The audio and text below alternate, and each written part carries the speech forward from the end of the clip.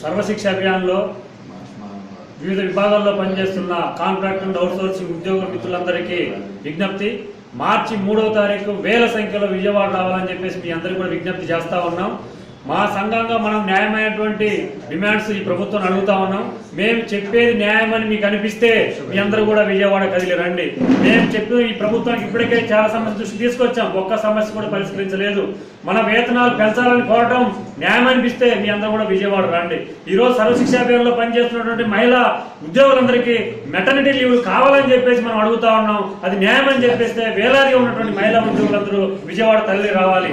ఈరోజు వేతనాల పెంపు కోసం కానీ లేదు మన సర్వీస్ రెగ్యులర్ చేయాలని చెప్పేసి ప్రభుత్వం అడుగుతా ఉన్నాం. దాంట్లో న్యాయమైన ఉందని మీకు కనిపిస్తే మీ అందరూ కూడా విజయవాడ కలిసి రావాలి. ఈ రోజు 7,000 పనిచేస్తున్నటువంటి అటెండరు 14,000 జీతం రావాలని నువ్వు న్యాయంగా కోరుకుంటే నువ్వు విజయవాడ రావాలని చెప్పేసి అడుగుతా ఉన్నాం. అదేవిధంగా ఈరోజు కస్తూర్బా స్కూల్లో పనిచేస్తున్న టీచర్ కి 14,000 రూపాయల వేతనం ఇస్తా ఉంది. అదే ప్రభుత్వ టీచర్లకి 30,000 రూపాయల వేతనం వస్తా ఉంది. కాబట్టి కస్తూర్బా స్కూల్స్ లో పనిచేస్తున్న టీచర్ కి 30,000 రూపాయల వేతనం రావాలని చెప్పేసి సంఘంగా మేము అడుగుతా ఉన్నాం. అది న్యాయం అనిపిస్తే మీ అందరూ కూడా విజయవాడ రావాలని చెప్పేసి విజ్ఞప్తి చేస్తా ఉన్నాం. కాబట్టి సర్వశిక్ష అభియాన్లో పనిచేస్తున్నటువంటి ప్రతి ఒక్క ఉద్యోగి మన న్యాయమైన డిమాండ్స్ ప్రభుత్వం దృష్టికి తీసుకెళ్తా ఉన్నాం. మీ అందరూ వేల సంఖ్యలో విజయవాడ చలో విజయవాడ కార్యక్రమాన్ని జయప్రదం చేసి ప్రభుత్వం మీద ఒత్తిడి తెచ్చి మన న్యాయమైనటువంటి సమస్యల్ని డిమాండ్స్ ని మనందరం సాధించుకుందామని చెప్పేసి మీ అందరూ కూడా విజ్ఞప్తి చేస్తా ఉన్నాం.